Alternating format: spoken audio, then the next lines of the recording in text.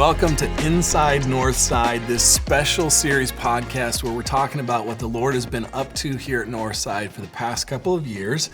And today we have special guests Matt and Brittany Allman with us. Welcome, guys. Thank you. Glad that you're here. Thanks for having us. And before we jump into the nitty gritty and really put you in the hot seat, a couple things we want to make sure you listeners are aware of.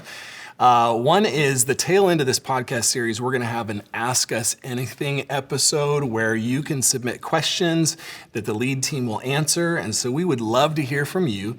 You can send your questions to hello@mynorthside.com, and we'll pick a few of those to address in our last episode in this series. So be sure to do that. And then also at Northside, we love helping people take their next steps in their journey with Jesus. And so one of the best ways that you can do that is by being a part of our Next Steps experience. Now that's a two-part experience. It happens over in our West Auditorium during the 11:30 service. And if you're new to Northside or looking to get connected in a new way, the Next Steps experience is just for you. We'd love for you to be a part of that. We eat together, we learn a little bit more about Northside, and we learn about how you can get connected in a new way here. So our next Steps experience is on September 14th and 21st. And you can register for that by going to mynorthside.com/next steps. All right, back to you, Almonds. You ready? That was so professional. Oh, Ready. man, I do what I can. Let's go. Let's start easy. Let's wade in, to shallow waters here. Just tell us a little bit about your family. Who are the Almonds? What makes up your family? Start with the kids. The kids. Yeah. So we've got 3 kids. In order, it's Lucy, who's 13, Penny, who's 10, and then Bear, who's going to be 9 next week. Awesome. So yeah. Yep. Full house. They're Silver Creekers. Yep. They love it there. Yeah. They've had some really great coaches and teachers and all that stuff. Good. And they are well on their way to becoming those stereotypical church rats, especially our middle. She would live here. Like, she would have a cot back there if we let her. She loves weekends. She loves being in tow. That's awesome. And she calls herself my security guard and manager. So Nice. Yeah. Yeah. I got one of those in my family too, a church rat. Yeah. Not a bad thing. It's a PK. I Yeah. grew up, eat, sleep, breathe you church. turned out okay. Yeah, that's right. It's not bad. Still a rat in some ways, but you can tell a lot about a person or a family by what they enjoy eating. There we go. All right, so be thoughtful about this. But within a 1-mile radius of Northside, what is your go-to restaurant? And to sweeten the pot, what is the meal you guys get at your Just restaurant 1 mile? choice? Just 1 mile. 1 You got mile. it. Within the 'Cause church. We're a big food family. That's Yeah. one thing about us too. I would say, is it Tony's Wings at Clucker's? And then it's like deep fried wing, dry rub, and then what's the side sauces? It's like a Sweet Thai chili. Yes. Where is that on the That heat? doesn't Where's count that as on the fun. heat scale? Is that like top of the heat scale? Is that? Like 4. Okay. Oh, okay. All right. Yep. All right. 1 mile of here. Okay, if no holds barred, that we're going cheat meal, and I don't have to worry about calorie intake or anything Of course, else. yeah. I'm going Tomo dinner. I'm going steak, filet and scallops.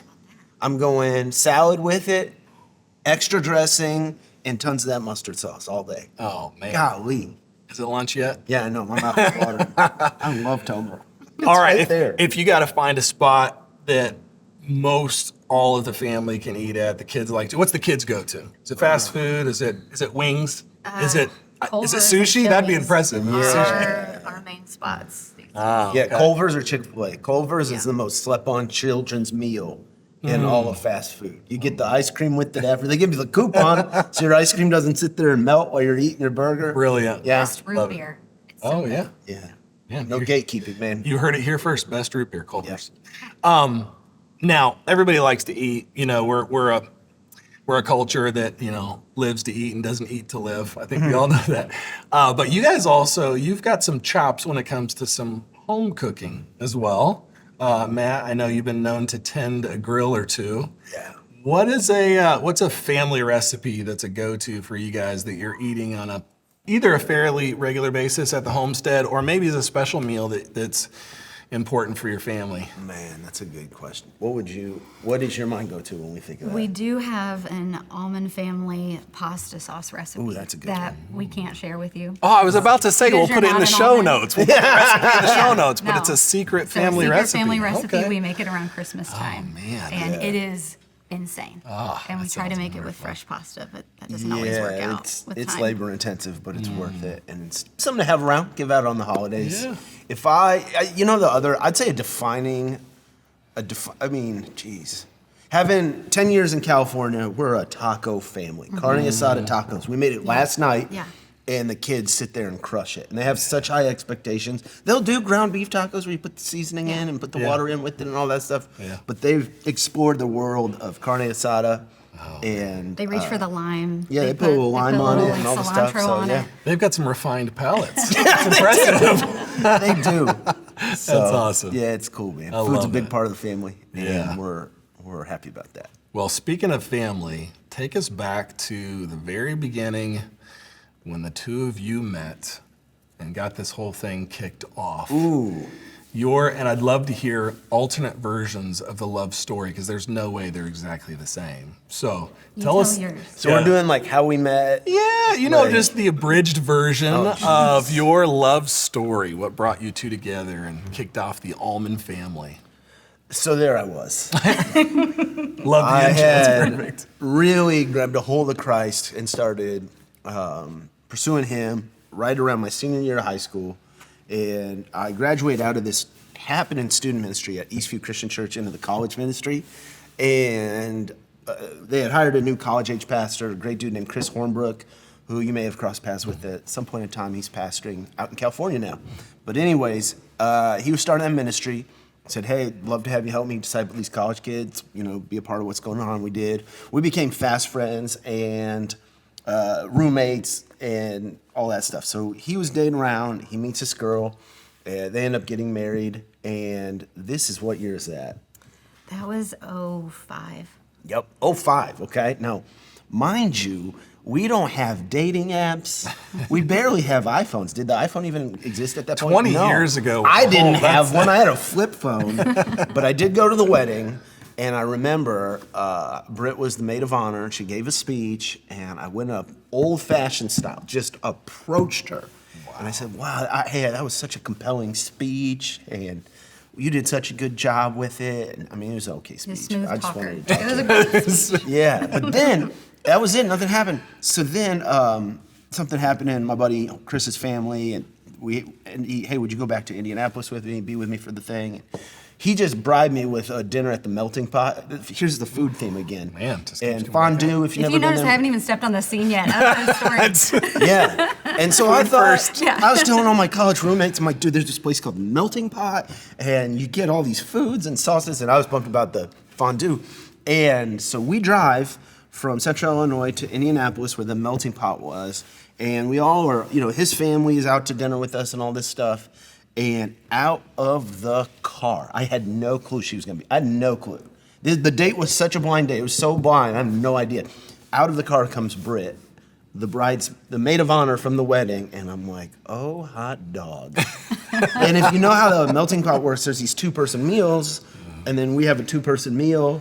And, I mean, it was dinner and a show for everybody else there because they were watching us find our way together. And, man, after that, I just couldn't get enough, The rest is history, as they say. as they say. Yeah. All right, now give us the real. yeah, we got a polished version there. Give us the. So most of that is true. I do remember. Most of that is true. I do remember the melting pot. I remember thinking this guy was really cute and he could also eat a lot of food. But he also had just something about him. Like he was very caring and obviously I liked him. So I just kept showing up wherever they were the rest of the weekend. And my faster story is just saying, I just kept moving around until you married me. Yeah. Like you had to do an internship down here at Northside, so I moved down here, and I was like, you're stuck with me. Yeah. Wow. Yeah, it was real fun. I love that. Yeah. Come for the fondue, stay for the future spouse. Yeah, here we are. Yeah, amazing. Yep, absolutely. You alluded to it a little bit, Matt, but intertwined in all of that is not only your journey with one another, but your journey with Jesus, your faith story. Let's hear a little bit about how you came to faith and You go first. Yeah. I'm scared I'm going to talk way too much this whole time. I'm on a roll. she did say you're a smooth talker, so keep it coming, man. What I lack in finesse, I make up for in volume. So. I would say one of the first times when Jesus became real was when I was 16 and getting into the normal like teenage partying. I'm going to just do whatever I want to do in order to numb out some of the things that were happening in my personal life. Yeah. So I was, that was my play I was running. Luckily, though, I had a coworker. I was working at Bob Evans, and she invited me to youth group, and I said, sure, one random day. And the acceptance, love, and gosh, I guess just like Jesus, like in that youth group in that time, I saw that Jesus is for me. I don't have to numb anything out. I don't have to pretend to be anything I'm not. I can bring my real self. Yeah. And so since 16, I've been hooked, and I haven't found anything better. Wow, that's awesome. I love that. That's great. How about you, Matt? Okay, since this is our place for telling people the backstories that we may not share on a weekend, Absolutely. I'll tell you one that I don't have the guts to share on a weekend. Okay, that's great. I talk a lot about how Matt Reagan was my youth pastor, huge part in discipling me, welcomed me into this youth group, taught me how to lead and disciple others. He's played a huge part in my life. But alongside that, prior to really diving in with Matt, Young Life showed up at our high school. I don't know if you know what Young Life is. Yeah. Parachurch organization. They go on to schools and the whole thing. And there's this family named the Rileys, and they were just these sweet people who'd given their lives to Young Life and started little camps. And I think my mom really wanted me to go because she hosted it at our house before I was even a part of it. Oh, wow. And they like put the heat on, like, hey man, it's gonna be awkward if this is here and you're not. Can you? So anywho, they do these things, they build a lot of relationships, and you go to this camp. They're part of their thing is you go to this camp. And so we went to a camp in Colorado called Crooked Creek. And it was really funny because I'd been around church, grew up around it a little and then not. And so anyways, there's a buddy there of mine, I won't leave his name out of the story actually, but a guy I looked up to, he had a little bit of church background, I had a little bit of church background. And so we were debating. We would just, spend our nights like, nobody having a clue like what the Bible says or any of that, but he was saying, no, you have to dress up when you go to church because it's God. You got to put your best foot forward. And I would say, no, man, like it's God. Why would he care what you're wearing? And we went back and forth on this stuff. And then he's offering all the spiritual direction, but I also knew him very well outside of Young Life, and I knew he had a girlfriend. They were sleeping together and all this stuff. And now what I'm about to tell you is not good theology, okay? I do not espouse or endorse Disclaimer. this theology. Okay. But this is part of what got me to Christ. I just got to tell the real story. Yeah. He's sleeping with his girlfriend. We're having all these debates about all the spiritual stuff. And he's got all this spiritual confidence. And I go, buddy, hey, man, you're sleeping with his girlfriend. Why are you not scared you're going to hell? Because that was my system. It was very religious, good heaven, bad hell, say God forgive me after every, very kind of Catholic influenced quid pro quo. And if you don't say sorry for the sin you did, then you're going to hell. Well, he's here, he's living in sin, and he is not worried about it in the least bit. I said, hey, how come you're not worried? You're sleeping with your girlfriend, you're going to go to hell. He goes, no, I'm not. I go, what? He goes, no, I'm not going to hell. I'm like, what are you talking about? He goes, blood of Christ. I'm like, excuse me? Explain. Yeah. And he goes, no, Jesus died on the cross? I'm like, yeah. He goes, that's what that does. We don't have to worry about that anymore. And I was like, huh. He must not have read much Paul up to that point. I mean, geez.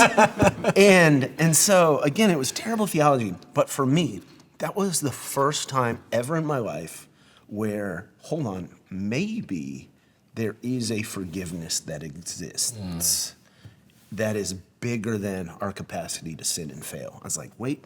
So at the end of the camp, we have this discussion, and at the end of the camp, they sent us home with these Bibles. And the Bible had this reading plan in it. If you don't know what that is, it tells you what part of the Bible to read on day 1, day 2, day 3. And whoever designed it just had me in mind because they're just It's John 8, and Jesus with the woman caught in the middle of sin, and he still welcomes her. He protects her, defends her. And then I got to Matthew, and Matthew was an outcast. He was a partier. He was a guy who didn't fit the typical mold of the religious people who would be accepted by God, and Jesus welcomes him in. And my name's Matthew, and seeing that, and then they would take you over to Romans and saying there's no condemnation for those who are in Christ Jesus, and going, wait a second, maybe God's love is so big, and what Jesus did on the cross is so powerful, he could even welcome in a guy like me. And the second I got that, like, it was like Paul. I had a teacher, like 3 months later, a teacher approached me and went, Matt, something's changed in you. Like, teachers, they talk about the kids and gospel and stuff. Yeah. And he's like, we've been watching you.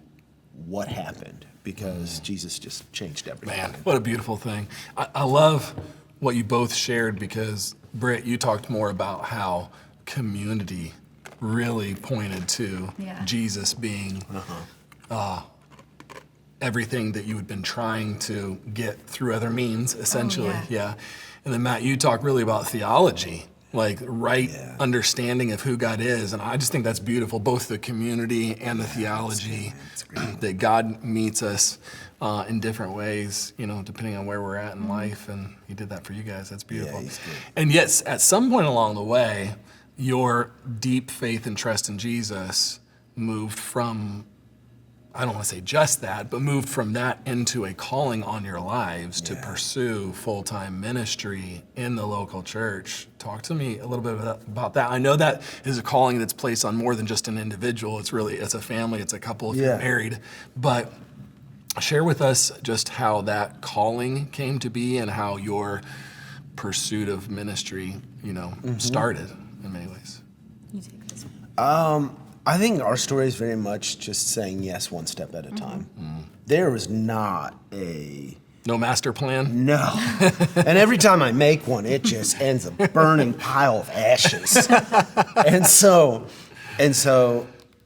found Jesus, said yes to him. Yeah. Hey, would you lead a communion thing at our youth group? Said yes to that. Hey, the nursing home needs somebody to preach a little message. Would you do that? Said yes to that. Yeah. Hey, seems like Bible college could help you do this better. Said yes to that. And all the way to, well, you got to finish in this college with an internship at Northside. Said yes to that. And they said, hey, could you stay around for 6 more months? Said yes to that. And it's just been saying yes one step at a time. And in Britt's career, for folks who don't know, she's been in the medical field as a labor and delivery nurse for how many years was that? 14. Yeah, and now nurse practitioner life after that. And I'd say you could see the same thing in her story too, is just saying yes, Yeah, talk to us a little bit more about that, because absolutely God calls us into more than just a pastoral role in a local church as he has for you and I, but he places a calling on all of our lives in one form or fashion. What does that look like for you in the medical field and with nursing specifically? Well, let's see. So I've been a labor and delivery nurse for 14 years. And I mean, you've got 5 kids, so there's some wild things that have to happen in order for a baby to be born. But it has been an absolute privilege to be a part of the best or worst days of these patients and these families' lives. Yeah. And labor and delivery, it's a 99% of the time like a happy place to be. It's the best part of the hospital to be. Yeah. But that 1% is devastating. And so when I think through my calling and like how God shaped me, I feel a big sense to create safety for people in those moments when they're very scared, when they're devastated, when they're angry and frustrated. I really have tried to just share compassion and hope with them in those moments while taking care of them through labor. And then most recently, in the last year, I've become a nurse practitioner, hoping to take care of people in a different, deeper way. Yeah. Yeah. Oh, that's beautiful. I love the tie in really back to those initial days of your faith growing, where you're really now embodying what attracted you to Jesus to begin with, that you are carrying the presence of Christ into these moments where people need support, encouragement, love. They need someone to come alongside them. Someone did that for you at the very beginning, and you found a sense Yeah. of, belonging or community or safety, to use your word. That's a beautiful thing. I love that.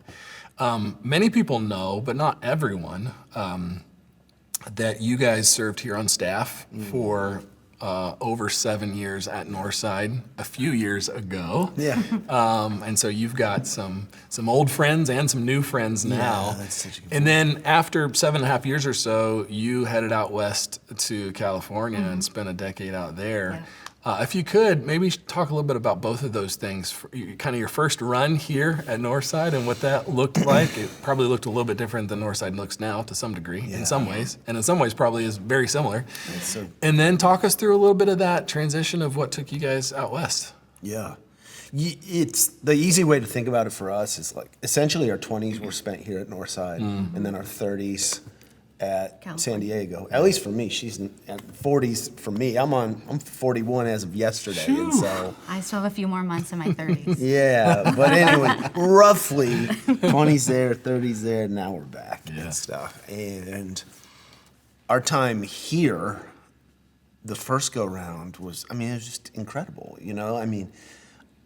The family, I think about the families who trusted us with their kids, be that mission trips, to Texas and to serve down in Dallas and to Haiti and to that, learning to preach here, and thinking of how many bad sermons people put up with and falling in love with this church that just, what is the phrase? The biggest small church you've ever been a part of.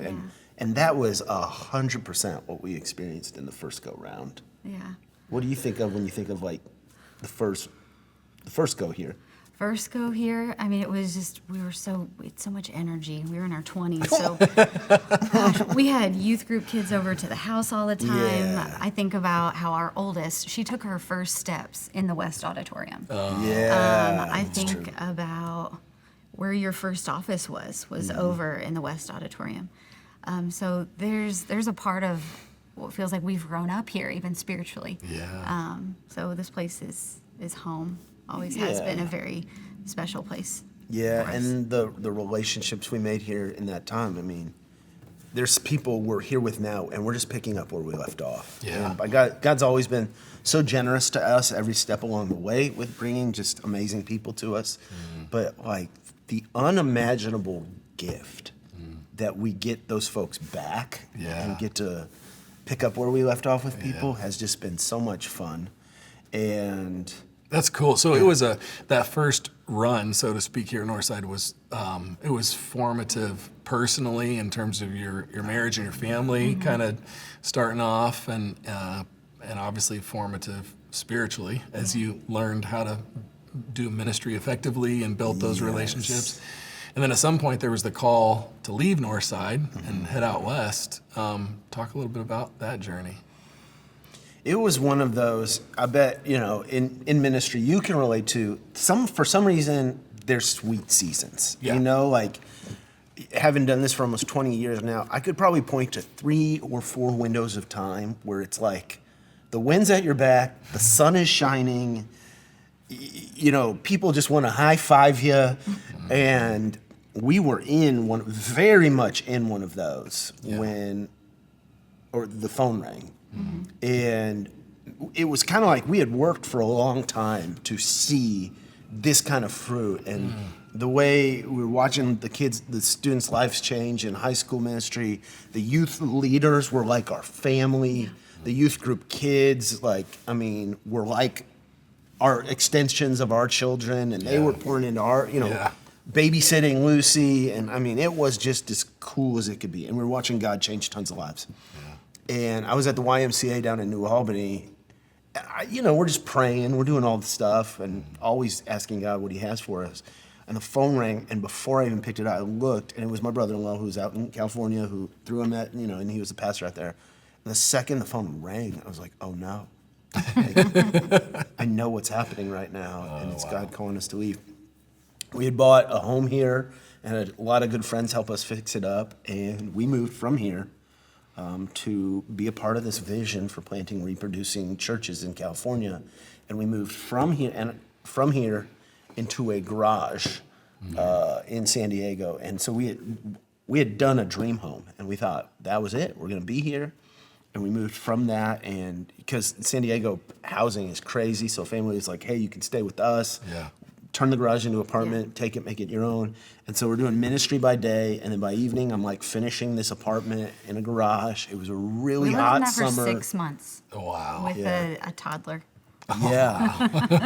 and Got a little warm. and out there, I mean, it was cool because out there, I think so many of the lessons we learned here, we were able to put into play. Oh, and yeah. God was able to use that in a mighty way. Yeah. Well, starting with you first, Britt, how, there's no way to unpack 10 years in a few minutes here, Right. but maybe just like scratch the surface on some of the things that the Lord taught you in a decade of ministry in a foreign land called California. In a foreign land called California. Gosh, there's so much. Yeah. I think personally, I went out to California with like rose-colored glasses on. Like we were coming off of such an amazing ministry suite, spot. Yeah. So we had all the excitement, all the momentum, just and all that young energy of like I'm gonna make a difference. Yeah. And I do think we did, but God just. It was packaged different, and so what would I say? I think he sifted out a lot of selfishness, a lot of like immaturity. At least I'm talking about myself. It's just her. Just, but just by living out there, and church looks very different. Yeah. And so you really, I don't know, you learn. What would I say? Throw out expectations because God's ways are better, and That's good. Yeah. That's a great answer. Yeah. That's great. How about you, Matt? What are Lessons learned Yeah. or Yeah. what? Yeah. The context out there was so completely different than Northside. So I came to Christ at a church called Eastview Christian Church in Bloomington, Illinois, and it's like a Northside. And we went, when we got to Momentum, that was the name of the church in California, there were 130-ish people there. And you set everything up. So we meet in a community center, and we're doing setup tear down every week. Everything that was a part of the church, you're pulling out of a closet that morning. And so the way I say it is Northside taught me how to lead, but Momentum is where I learned how to shepherd. And here, there's by all means, there's shepherding. You're meeting with. We're all always meeting with people and talking and pastoral and all that stuff. But it's slightly different in that you're also leading teams of people who care for the sheep. Right. Well, there it's a little more direct, and the ministry style is it's so relational, and I'm having trouble because it's not like we're not relational here. This is one of the most relational churches on the planet. Yeah. But I mean, the way you pastor people is more life on life, relationship building, you to them. Yeah. And you learn, I mean, there's just so many people we sat with, so many hospital rooms we were in, so many weddings we were a part of, so many families that we counseled or pastored, et cetera. And I'm glad for that because it brought a softness to my leadership and a relational understanding. Just, here it's, you might think of the church as these big tall walls and what you see when you go to the auditorium, but none of this is a church, it's people. Yeah. And it's just, a church is just a series of relationships. Yeah. And if you take that away, you have nothing. Well, there at Momentum, you see it, because you don't have any of the other trappings that might take your attention off the fact that this is a community of people. Yeah. Yeah. I can see that. So it sounds like that season was, among other things, refining. And Good way to put it. and anytime that you're just pastoring people and in a relationship with people, it gets messy, So I'm sure that you learned a lot through both the sweet seasons and the saltier seasons of ministry. But at some point, after a decade or so, you sensed the Spirit saying that season was coming to a close. And a couple of years ago, you came back to Southern Indiana. Tell us just a little bit about that journey of that season coming to an end. You come, returning home, so to speak, to Southern Indiana a couple of years ago. Talk about that. Wow. Talk about wrapping up. Yeah. So we had been sensing that the Lord was getting ready to call us to something different in our time in San Diego. No clue what that was, could have been, whatever. Yeah. But there's 2 other times we had those moments, and it became really, really clear that it was time to wrap something up. We wrapped it up. The phone rings. We saw what the new thing was. Kind of like the phone call to go out to San Diego. That was just kind of the way God had worked with us. Hey, this is done. Phone rings. Yeah. Here's the part. This is a part that nobody. I don't think we've told. I know our elders know. I know people really close to us know this, but we did not plan on being back here by any stretch of the imagination. God made it clear that it was time for us to wrap up our season at Momentum. It was one of the most profound and clear moments in our walk with the Holy Spirit we've ever had. I don't want to overdo it, but it was very clear. Yeah. There was a specific moment where something really clear happened. We're like, oh my gosh, we're done. Wow.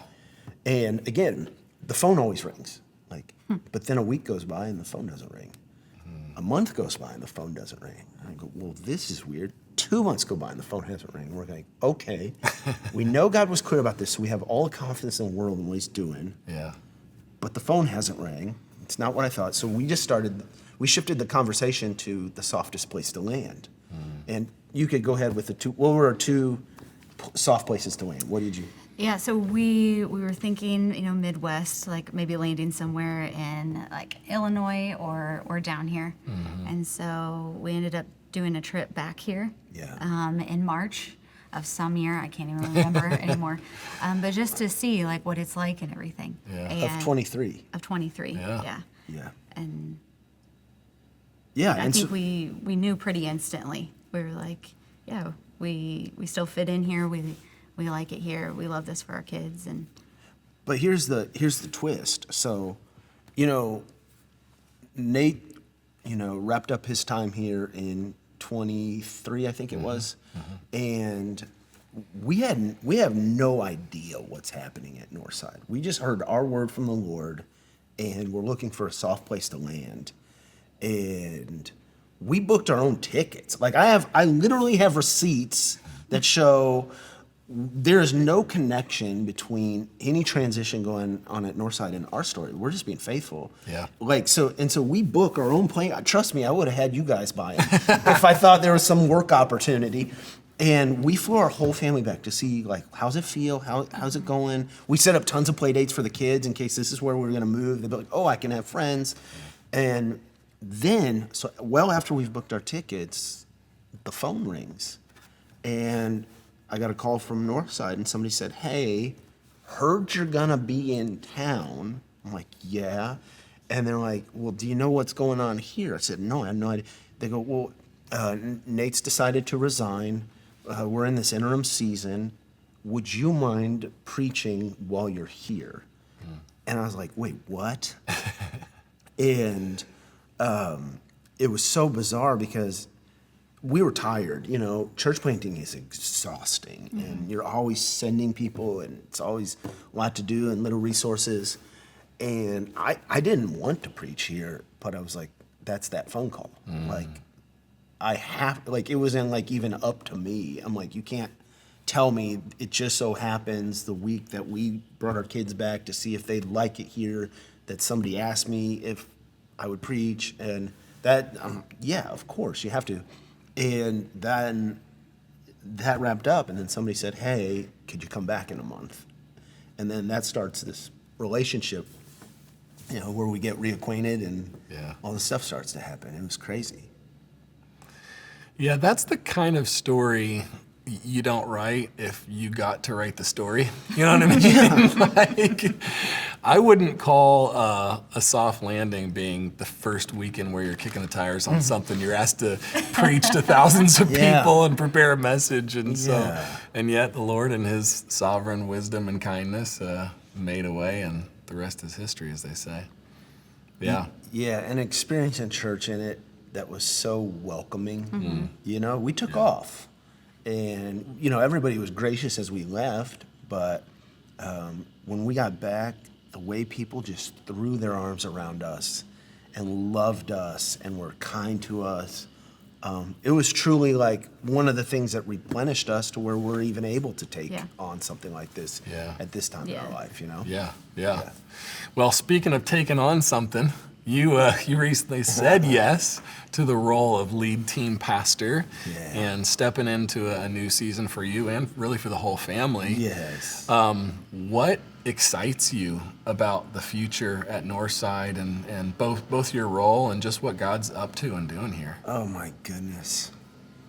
I mean, I don't even know where to start, but the fact that we're making this move in the direction of team is just exciting and life-giving. And, you know, I was thinking about the lead up to our announcement, you know, a few weeks ago and all the stuff. And I was like, I would have been so much more stressed and overwhelmed and like, oh goodness, how's this all going to work out? But the fact that it was the three of us jumping through this fire or into this fire together, it's like, well, at least if I burn, you guys are burning with me. And Trey and his gifts and his relaxed personality and all the things God's done in him to prepare him for this moment, yourself and your love for people and your simple fact that you just take such good responsibility for the happenings here. And the way I trust you both, it just makes this easy. And so it's exciting that I'm not alone. Also, what just makes me the most thrilled is how much talk there is amongst our elders, amongst the three of us, and amongst the staff at pursuing health at all costs. You know, sometimes churches pursue evangelism. We got to reach more people. It's discipleship time. We got to grow these people.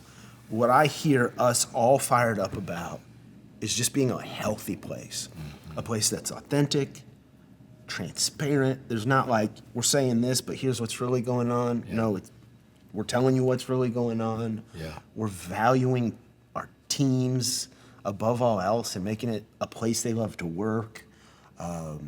We're being honest people. We're following Matthew 18, and when something bothers us, we talk about it. There's no in front of the curtain, behind the curtain that I've seen and I've looked for it. And there is not. There is just what is. And I am excited about that because, one, I think that's part of God's unique calling for us in this season. But two, I think if you get health right, everything else grows. Like, you know, I'm a plant murderer, but I got my garden working for a season before we moved here. And it's all about the soil. Like, it can't be too wet. It can't be too dry. It can't have too much of this. But when you get that soil healthy, I mean, you don't even have to work to grow stuff. And I think there is a concerted effort here at Northside in this day to get the soil healthy. And I'm thrilled to see what God does with that. I love that. I love that also because we're not having to do a bunch of work to get the soil healthy as much as to steward the health that's here. And because God's moving and he's building and he's changing and he's drawing men and women to himself. We're seeing that left and right. And the sentiment now is just, man, it's a good time to be a part of Northside because God's really providing and showing his faithfulness and showing off really in a lot of ways. This is Brett, I want to ask you, this is a little bit of a twist on that question because it's still future focused. But what about Northside do you hope doesn't ever change? So you had that initial, 7.5 years, and then you leave for many years, and then you come back, and certainly there's things that are different and that have changed, but there's also a number of things that haven't, and my guess is, UB team, let's keep it that way? What might be one of those things or some of those things? That's hard because there are so many things that I honestly love about Northside. Yeah. I've always appreciated the warmth that you instantly feel, whether it's like through like the barb corn, Yeah. or you go to the cafe and they already know your order, Yeah. or how peppy Scott Hamm is when he pulls up with the golf cart and he's ready to like bring you in. Like there's an ownership every volunteer seems to have here, and Yeah. they just ooze warmth. Yeah. And I hope that never changes. I'll just say in the time that we were gone, it hasn't changed. It's only gotten better. Yeah. Love that. Yeah. Oh, that's great. I feel the same way. I was thinking earlier when you were sharing, I think it's a beautiful thing that you all have returned after a ministry season away, and you've been welcomed back with open arms, and you've been able to step back into some of those relationships and rekindle some of those things, which is beautiful. And what I also know, and I know you know this to be true, for somebody who has no history here and just darkens the door for the first time, there's that same warmth of, hey, this might be your first time at Northside, but we're so glad you're here. And I think that's a hallmark characteristic of our church, that you don't have to you don't get that warm welcome when you're in the right circles or when you have a history like you have. You get it when you show up. You don't have to earn it, which is a beautiful thing. I hope that doesn't change either. I don't think it will. That's a good point. I'd love to hear from both of you. Last question. You've done great. You've made it. Well done. Almost off the hot seat. Last question is pretty simple, is just what can we, as your church family, be praying for you and your family in this season of new? What's on your mind and heart that we can take on our minds and hearts and be lifting you up in prayer about? Gosh. I honestly just want to cry because it just makes me very grateful to be part of just a church that actually cares, about like our family, to where you'd even want to pray and lift us up. But parenting is always at the top of the prayer, I think, for me or for us. We've got a teenager now, and so parenting stands out. Yeah. And just transition, through this. Yeah. Yeah, I'd second that and just say we are both starting new jobs this month. I have this new undertaking, and so does she in her career as a nurse practitioner. Yeah. And we're at the stage where there's sports and places to be and all that stuff. But I don't want our song to get reduced to, we're busy. Every family has got places to get their kids and all this stuff, but I don't want to lose. We have a lot of fun as a family, and we're really present with one another. And I just don't want to get into this life, and when people ask me how I'm doing, all I have to say is busy.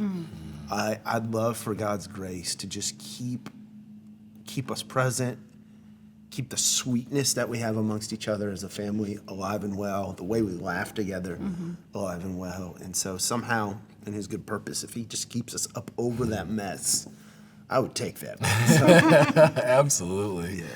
Well, thank you for inviting us into that, and we do love you guys, and we will be praying for you. And it's a beautiful thing to see the Lord at work in your lives and through your lives. And you may be our newest pastor in some sense, and your whole family is going to serve in various capacities, but you're also our friends. And we love you, and we want what's best for you.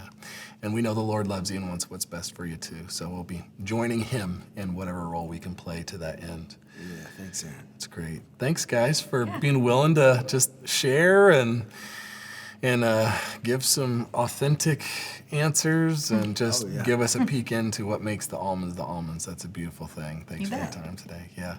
And if you're watching or listening here, I just want to remind you and invite you. We would love to get your questions for our lead team pastors, Matt, myself, and Trey. We'll be fielding those questions here in episode 5. So send those questions to hello@mynorthside.com. We'd love to hear from you.